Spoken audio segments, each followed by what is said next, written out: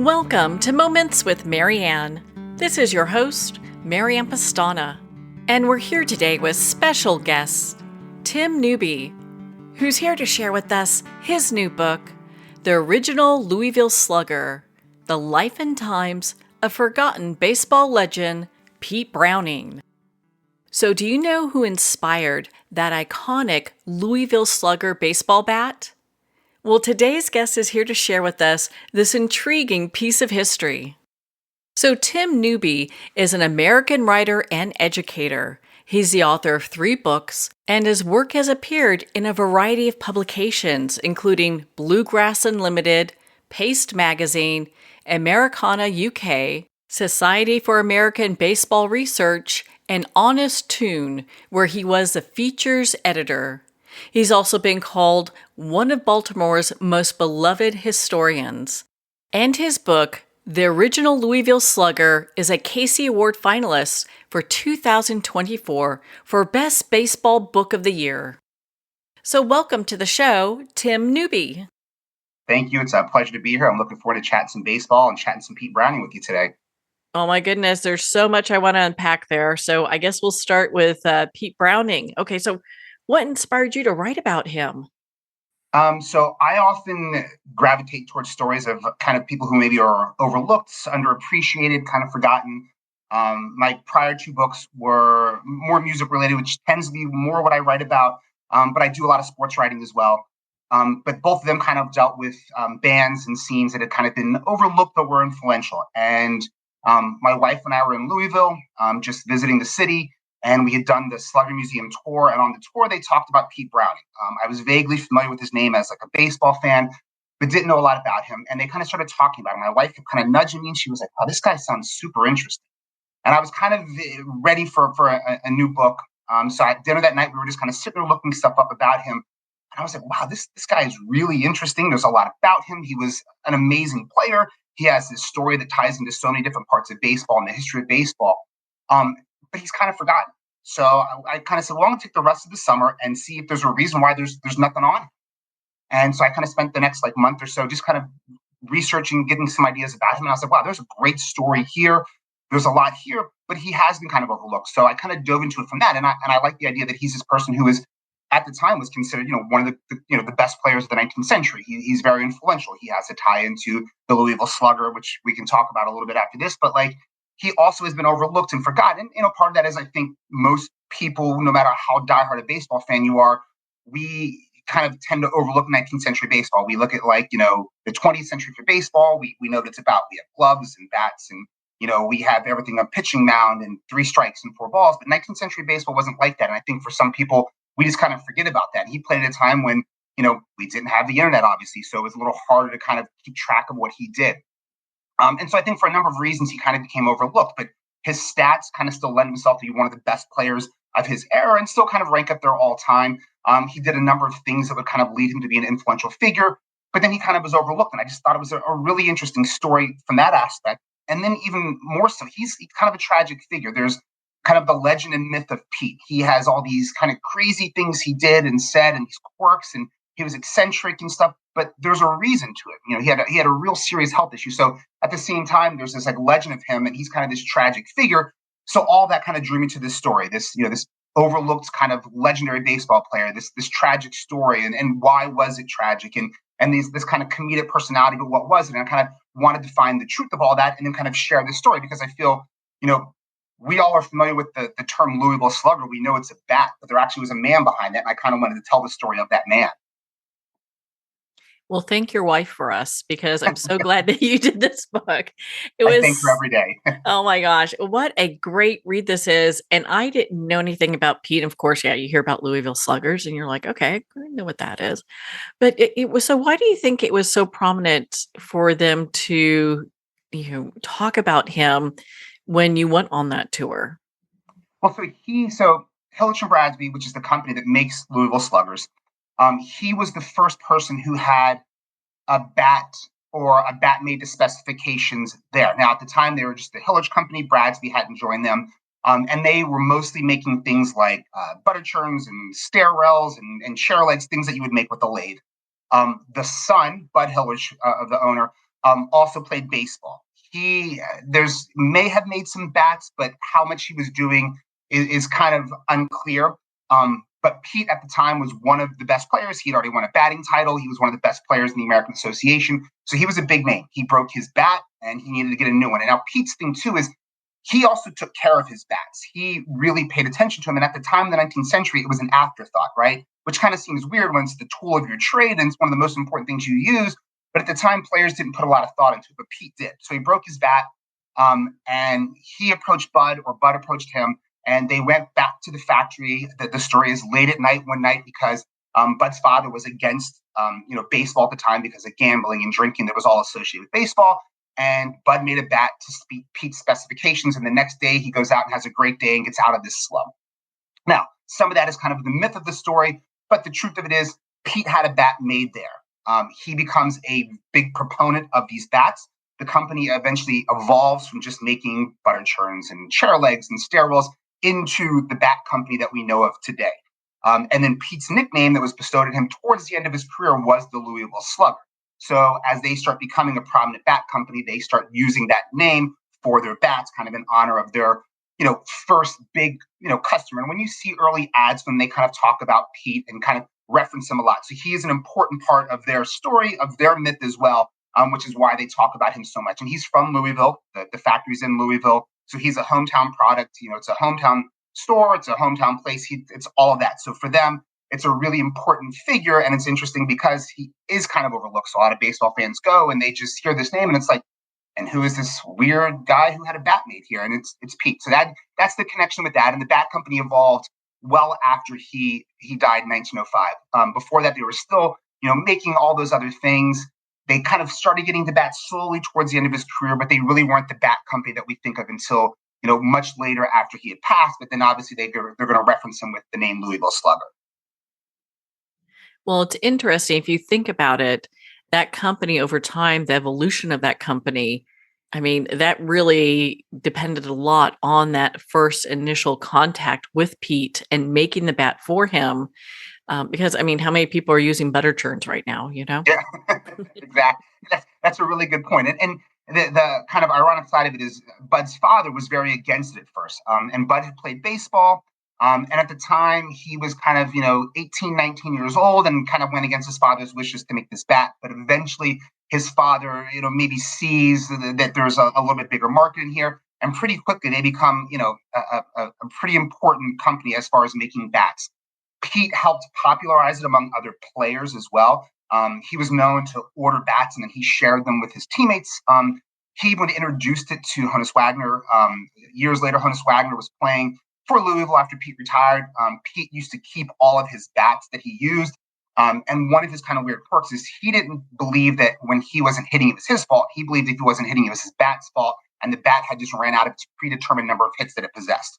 And when it did that, he would then retire it to his basement. He would put a tag on there that would kind of list some of the big deeds that bat had. Sometimes he turned these bats into like stair railings and stuff like that, but he had them all around his basement. But he wasn't against giving them away. Honus Wagner came over one time, saw a bat that he picked up and he liked the kind of feel and weight of it. Pete gifted it to him. A few years later, Honus Wagner kind of becomes the biggest kind of proponent for Louisville Sluggers as he gets his name on a bat and kind of becomes the biggest, advocate for them as he becomes their first spokesman for their bats. So you can kind of see how Pete starts introducing other players to kind of the beauty and strength of these bats and having a bat professionally made as opposed to just finding whatever wood you could find around and shaping it how you need it. Like, hey, there's a reason to make them certain weights and certain lengths and to have it made for you or have it made specially, which kind of becomes, Hilton Bradley's kind of specialty, right? They make, custom made bats for, players now, the weight, the feel, the grip, all that kind of stuff. And Pete was really the first one who went in and said, I want a bat made to this size and this shape and all of that. That man knew his game. He sure did. Well, and earlier you kind of hinted at some of his personality traits, and I'd love for you to share about just his unique and eccentric behavior, both on and off the field. So Pete was extremely loud and boisterous, and his favorite subject to talk about was himself. He also had a number of weird things he would do with his bats to himself. He was known to pour buttermilk into his eyes. He was known when he rode trains to hang his head out the window and hope that ash or cinder got in his eyes to help cleanse him. And the story he would tell is that he wanted to clean those eyes out. When he played in the field, he was known to stand with one leg kind of pointed towards an oncoming runner. And all of these things go to sound like he's this extremely weird person. And he did have a lot of these quirks, but at his core is the tragic side of this. And he had a really severe health issue. He had mastoiditis, which caused swelling in his ears. He was basically, completely deaf by the time he was a teenager and adult. And it caused a lot of even like pain and swelling in his eyes. So when you think of it that way, some of the things he did was just him trying to maybe self-medicate or overcome some of these things. He has pain in his eyes. He pours buttermilk in there in the hopes that it would soothe them. Things like that. When he walked, and it was raining, he would often turn his head up in hopes that rain would wash out his eyes. And he would tell people he's cleansing his lamps. But I think deep down inside, he had a reason for it. Even his loud, kind of boisterous nature, I think, is a product of his lack of hearing. I mean, if you can't hear very well, the one conversation you can always be confident about is yourself. And he often turned those conversations back to himself. You may say, Pete, the weather's wonderful today. And he'd say, yes, and I am the champion bat of the American Association, because he may not know what you're talking about, but he sure knows what he's talking about. Even his name, Pete, that is not his name. His name is Louis. And he used to call people Pete when he was introduced to them because he couldn't hear the names that he was being introduced to, but eventually the nickname was applied to him. So I think he had all these kind of weird things he did, but there's a reason for it. I mean, even him standing in the field, one of the interesting knocks on Pete is he was this horrible fielder and he wasn't very good. But that's not entirely true. There was weird things he did. He was known or at the beginning of his career, played in the infield. He played second base and shortstop. He would stand with his kind of leg pointed towards oncoming runners. Well, there's a reason for that. He can't hear a runner coming, and he felt if I can do that, somebody's not going to run into me and knock me over. And he ended up getting ran over a couple of times and moved into the outfield. But when he got in the outfield, he still stood in this odd way because he couldn't hear teammates, calling him off or not calling him off for a fly ball. And then he just gave up on chasing fly balls because he didn't want to run into somebody. But it looked like he was just being lazy, but there was a real reason behind it. So I think the interesting thing of Pete is there's this myth and this legend of all these things he did, but then there's the kind of sad, tragic side of why he did that. And all those things really come to impact his career. His career was shortened because towards the end of his career, he was really suffering from vertigo. At the end of his career, he was known to kind of stop ground balls with his feet. It sounds funny. It's Pete doing another weird thing. But if you think about it, if you have vertigo and you bend over, there's a good chance you're going to fall over. So all of these crazy things he did, there kind of is a reason for it. And that's kind of what I was looking for in this book, was finding, well, here's the story of Pete, the crazy, eccentric things he did, but what's the reason there? And then the other side of it too is this tragic side. And he drank a lot. At a time when baseball players were known to drink a lot, Pete was no slouch, and he was a champion consumer of bourbon by, all stretch of the imagination. And a lot of that was to overcome his lack of confidence and not being able to hear, to help ease some of the pain of his head. So all those things go into making him this extremely unique figure that was very loud. And then he also had a really unique way of talking. He always, kind of talked about himself, but he would create words and jumble them together. And it just became this really unique speech pattern. He was just known to kind of hold court at bars and just ramble on in his weird way. And I think if we think of him in the modern times, we could really imagine him as being like, a media star with, TikTok or Instagram videos, but he was in the 19th century when those things weren't available. But at his core, he's a shy individual, but who overcame all that with his skill on the diamond, his boisterous nature, and then unfortunately, like his dependence on alcohol. It sounds like he was doing the best he could with what he had there, because medicine definitely wasn't what it is today, like what it is today. So when the mastoiditis he had as a child is curable today, but at the time there was no penicillin, there was no antibiotics for it, so it became this thing. And at the time, it was a pretty big cause of death among young children. So that right there alone, he was another 50 years, 60 years later, wouldn't have even been an issue. So yeah, the medicine, and then he found the best medicine was the whiskey. He found that the whiskey definitely eased the pain.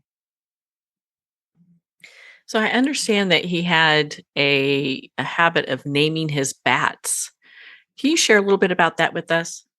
Sure. As I kind of said already, he was one of the first people who really put a thought into this as a tool of my trade. He named his bats after biblical figures. And then he would talk to them too. He was known to kind of be walking towards the plate, and he had his number of quirks he would do. He had to push his hair back out of his eyes so it wasn't in, as he said, his lamps. He called his eyes his lamps, and he would talk to his bats and stuff like that. And he believed there were special properties in them. Like I said, he didn't think when he went in a slump it was necessarily his fault. He just believed that that bat that he had named had run out of hits and it was time to get rid of that and go find another bat. So he put a lot of thought into the idea of bats. And then there's also, besides just the weird, quirky Pete side of it, he also did things carry different sizes of bats. So he could swing a lighter bat if he needed or a heavier bat if he needed. So he used to travel with, a big collection of bats that he could use in different situations. Whereas at the time, a lot of players were just using whatever bat was kind of available, next one off the pile. They would just kind of grab it. But he traveled with a very special collection of bats, and he would have bats specially made. So to them, they were very personal. And by naming them, it made that even more personal to him. Well, on that note, we're going to pause here for a quick break. We've been speaking with Tim Newby in regards to his new book, The Original Louisville Slugger, The Life and Times of Forgotten Baseball Legend, Pete Browning. You've been listening to Moments with Marianne. We'll be right back after these messages from our sponsors. Are you an author, speaker, or expert who is looking for more publicity? Visit radioguestlist.com and sign up for free interview requests from shows looking for guests. Radio Guest List is the #1 free booking resource for radio, podcasts, and TV talk shows who are looking for experts like you right now. Visit radioguestlist.com and sign up today to get the visibility you deserve. There comes a moment when you realize you're somewhere special. When you discover that each beautiful creature that you see has been rescued from a life of absolute horror and brought to this incredibly free place. Here's where their lives were forever changed and where yours will as well. Discover over 500 tigers, bears, and lions at the brand new visitor center at the Wild Animal Sanctuary just outside Denver. For more information, visit wildanimalsanctuary.org. Discover true freedom at the Wild Animal Sanctuary. It's one thing to become attached to your perfect home, but what do you do when that home becomes attached to you? A family in dire need of a fresh start, a mysterious house tied to the past. Buried deep within the foundation of the old Far Hill Manor lies a centuries-old secret. Dark forces or something stronger just waiting to be discovered. Caretaker, a supernatural thriller by breakout authors R.J. Halpert. Internationally recognized and award-winning author Judy Goodman works and teaches outside the box of limited thinking. Working with people from every walk of life, her goal is to empower you to be the best you can be, no matter what the challenge is. Born with the gift of seeing beyond our normal vision, she has an extraordinary gift of working with every challenge. Teaching beyond conventional wisdom, her work is described as life-changing. Visit judygoodman.com. That's judygoodman.com.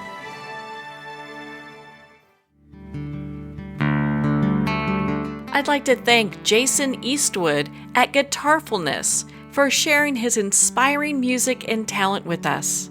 His music is known worldwide for cultivating atmospheres of harmony, inner peace, and clarity.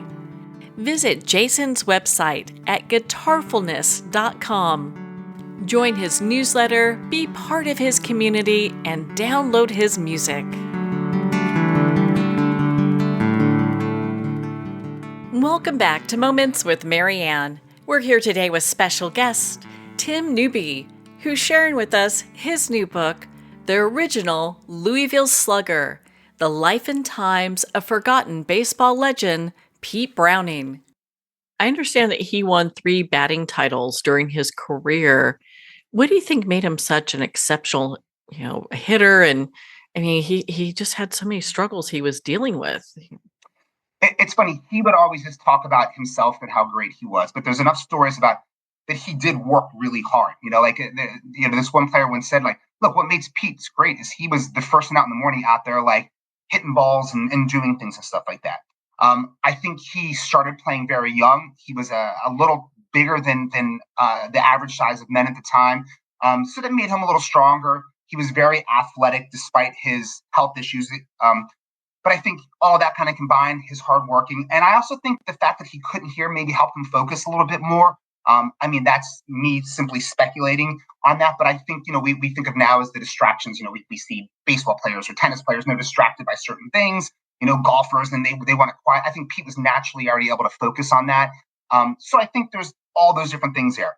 And he was. I mean, he was one of the better hitters at the time. He won 3 titles in 2 different leagues, and was a whisker away of winning 3 titles in 3 leagues, which could never happen now. But at the time, they had 3 major leagues, but would never happen now. He was just a whisker away from winning that 4th title in 3 leagues, which would have been something that nobody else would have been ever able to do, as we don't have some of those other leagues now. But he finished in 3rd after a really slow start, and he kind of stormed back at the end to almost win the National League title in 1891.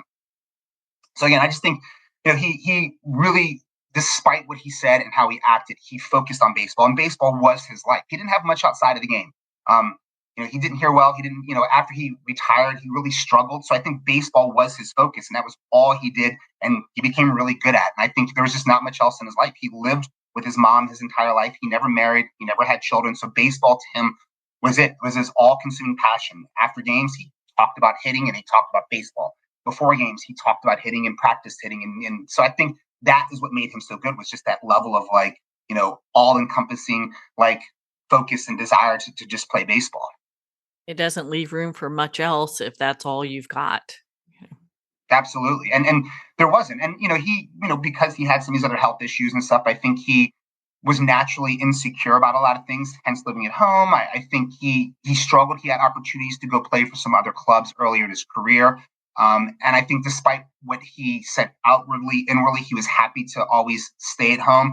It wasn't until towards the end of his career that he would travel out and play in other cities. He obviously went on the road and played, but he didn't play for any other teams and until 1890, so 8 years into his career. But he had some other opportunities earlier, and I just think he was always very happy to be at home. It was safe. He had people he knew. He had his family, his sisters, his brothers, and I think when he got out of that kind of bubble, he really kind of struggled a little bit. He was very insecure, and so I think despite what he said, he was always happy to just have stayed at home.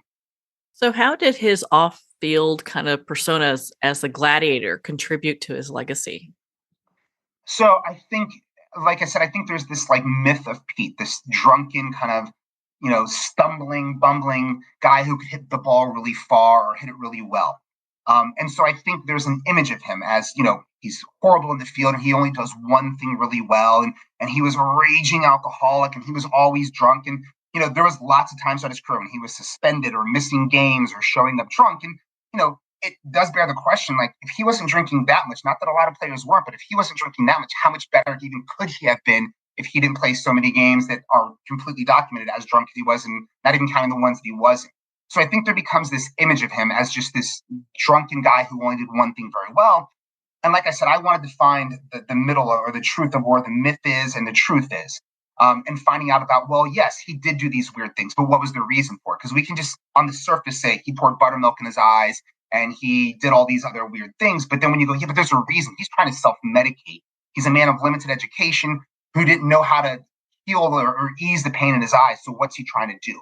And I think that changes it. When you talk about him standing in the field with his foot up, it looks like just this really weird guy who, has no idea what's going on in the world. But when you say, hey, he had been run over a bunch of times and had been hurt, so now he's trying to keep that guy off and he doesn't know what else to do, I think that changes the perception of him. So I think the perception out there is of him is this is kind of stumbling, drunken, man who hit the ball and could do nothing else. But that's not entirely true. There's a deeply thoughtful side of Pete.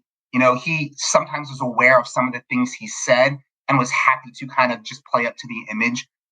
He also seemed to believe that no press was bad press. And so people called him, the Prince of Bourbon or Brown Jug Browning. It didn't really bother him a whole lot. He was happy, hey, they're talking about me, so I'm still out there. People still know me as one of the best players ever. So I think the image that we have of him now is sort of, I don't even want to say correct that, because that was truth. He did act that way, but why did he act that way? What was the reasons behind him being that kind of person? I think that's what I'm hoping to tell in my book. And we never know where he got the information about pouring buttermilk in your eyes. That could have been from a doctor that told him to do that at the time. Absolutely. And it's funny, I talked to an eye doctor and he was funny enough, he's he probably would have been better just drinking it because of, the ingredients in there pouring in his eyes. There's bacteria and, he could have, hurt himself even worse. And so I kind of think it's funny that, looking back at it with our knowledge of medicine, how it changes. But absolutely, we have no idea where he got that from, or maybe he heard something and just took it slightly out of context, which could be very likely. Like I said, he was definitely a man of limited education. He dropped out of school fairly It's 14, 15, which also wouldn't have been probably too far off from where the end of schooling may have been from. But it doesn't seem, even when he was in school, he was going a lot. He struggled to hear. So for him, he wanted to leave as much as possible. He was known to skip school. He hid books under his friend's porch, his friend who actually ended up playing in Major League Baseball as well, John Rexius. And he skipped school a lot. So he definitely was a man of limited education. It's not clear exactly how limited and what he knew, but absolutely a doctor could have passed it on. Somebody could have said that, and he took it out of context. He was known with some of the weird kind of quirks he had on the field, seeing other players doing stuff and then sort of adapting it for his own benefit if he believed it was going to help. And he was definitely a very superstitious man. So I think all of that also ties into something.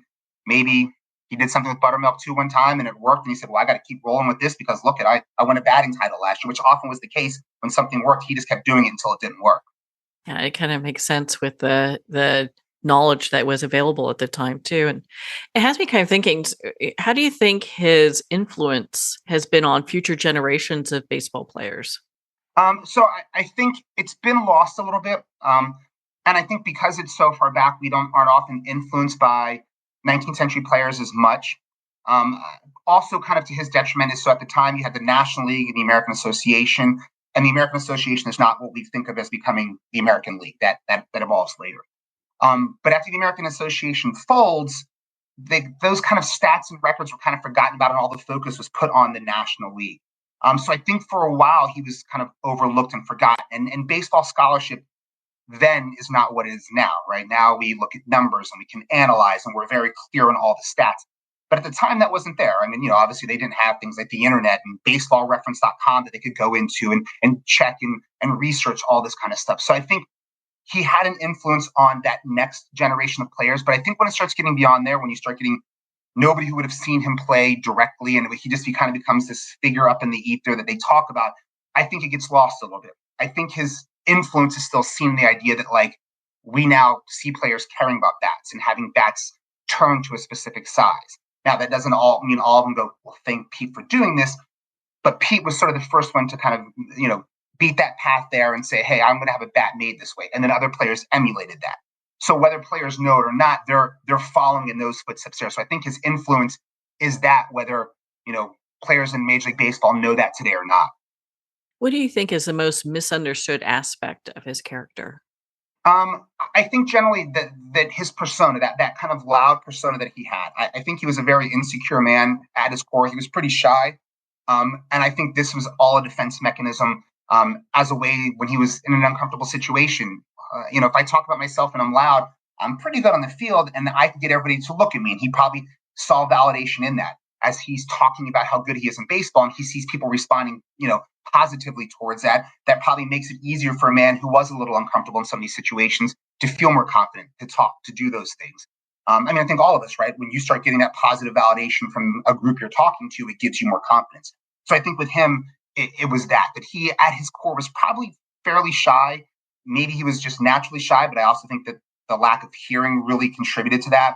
So by just being boisterous and seeing how people responded to that, and again, sometimes it can be negatively. They may have been sort of laughing at the loud kind of goofy guy, but for him, it was okay. It gave him a little bit of confidence. What lessons do you think that modern athletes can learn from Browning's life, both his successes and his challenges? Well, I wouldn't drink every day, all day. That would probably be a big negative that they shouldn't do. But his successes, he did work hard. At his core, it seemed he was a pretty hard worker. There's stories of it not well publicized, but good stories about that he worked pretty hard. And I think that's a lesson all players can take. I think at his core, and again, this is more a product of the times, he didn't take care of himself. Players weren't quite aware of some of that, but that also was a product of the times. I think unfortunately some of the bigger lessons, which we could all take, things like health, like, hey, when you have an issue, go get it checked out. He just didn't really have the access to. He did the best he could, but medicine wasn't what it was and stuff like that. So I think the lesson we could take is, when you do have an issue, when you have a health issue, let's stay on top of it, because you never know what it can become. His career was kind of shortened by that. If he was playing in modern day era, they could have taken care of that, and maybe he has a 20-year career, and he's a legendary figure that we talk about. But because of that, it was shortened. So I think a lesson we can all take is, make sure you take care of yourself when you have a health issue. I know that seems kind of a silly non-baseball related thing, but I think that's the biggest thing from Pete, is that, like, he just didn't know and couldn't take care of himself. I know you've done a lot of research for this book. Was there anything that really surprised you that you kind of uncovered as you were digging into his life? I think it's not just one small thing. I think it was more just seeing how baseball evolved. Again, I think, even the most hardcore baseball fans are kind of not as familiar with 19th century baseball. And so I think for me, it was seeing the evolution of the game. There wasn't one kind of like aha moment, like, "Oh, this is it." There was moments where I would find something or read something that was like, oh, that was great. He did have this creative bat delivered or something. But to me, it was just seeing the evolution of the game and seeing how we got to where we are. But at the same time, seeing that how baseball was still this beloved sport and game, kind of like it is today. And that part of it hasn't changed.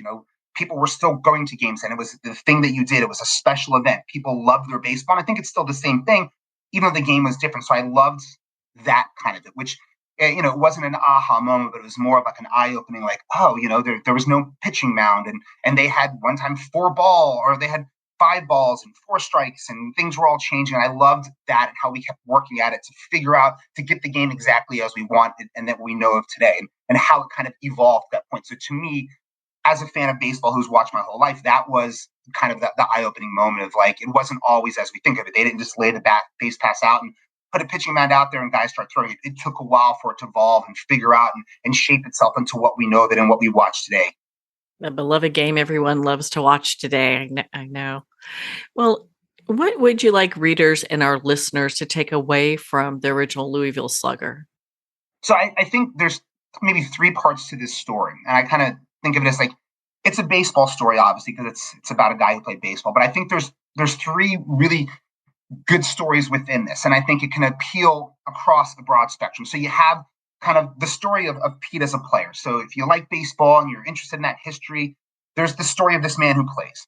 And then along with that, there's the story of, like I said, 19th century baseball. But that story also kind of talks about the times a little bit. There's, what was baseball like at the time? What was the times like? And, seeing how people interacted with the game. And then the final story is just the story of Pete, like this tragic man and what he had to overcome. And he could have done any profession and had these issues, and it would have been an amazing story. He just happened to play baseball. He has this tragic life and these health issues and how he tried to overcome it. So I think no matter what he did, it would be an interesting story. He just happened to play baseball, which is something that we're all familiar with. So I think that's what I think is interesting and readers can take, is that there's these different levels of it that you can read. You can read it as just a great baseball history. You can read about it as just this great, interesting guy in this story that happens to play baseball.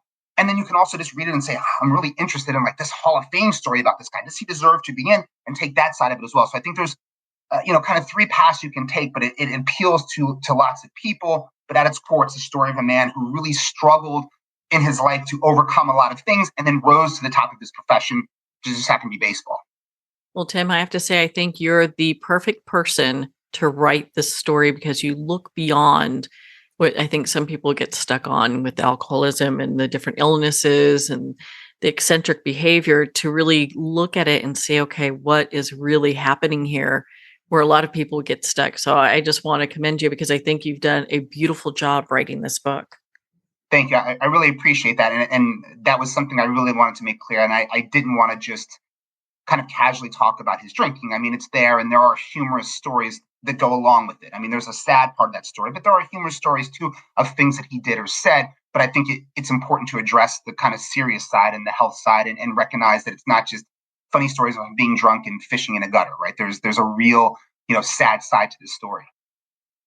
So, Tim, where can our listeners connect with you and be part of your community and learn more about the original Louisville Slugger? So on all the social medias, you can find me, Tim Newby. I'm on Twitter, Instagram, all those. If you're into Pete, there is a Pete Browning Twitter account where, spoiler alert, it's not Pete posting because Pete died in 1905. But for some years, I've been posting as Pete, and it's been a really fun way to kind of interact with people. I kind of post as Pete, stories about Pete's life, his daily life. So you can find him on there, Pete Browning. Check it on my socials. Just put my name in there. You'll find me. It's the bearded guy with the Pete Browning kind of logo up there somewhere. You can find me, and I'll have all this information. And I post stories and share some insights into some of the research that we've done. I was lucky enough to spend some time at the Hall of Fame kind of researching stuff. So there's those types of insights too. So hopefully if you're into the book or the story, you maybe can get a little other insight to kind of behind the scenes and how it happened. Well, Tim, thank you so much for taking the time to be on the show with us here today. Thank you for having me. It's always fun to talk baseball, to talk Pete. I love talking about the book, so I really appreciate you taking your time to talk with me. Well, thank you, Tim. It's been such an honor to spend this time with you and to talk about your new book, The Original Louisville Slugger, The Life and Times of Forgotten Baseball Legend Pete Browning. The Original Louisville Slugger is available at Amazon, Barnes & Noble, and everywhere books are sold, and you can purchase this book directly from the publisher, Kentucky Press, at kentuckypress.com. Well, we're at the end of our time today. I'd like to thank everyone for tuning in. You've been listening to Moments with Marianne, where we make every moment count.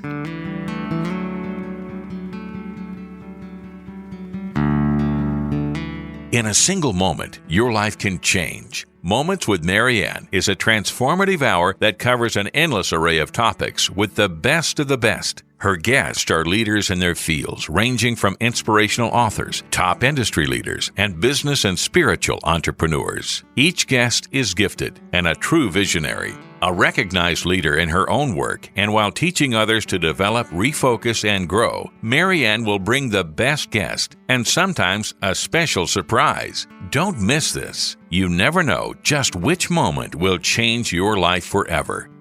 Make sure to tune in and visit momentswithmarianne.com for more information.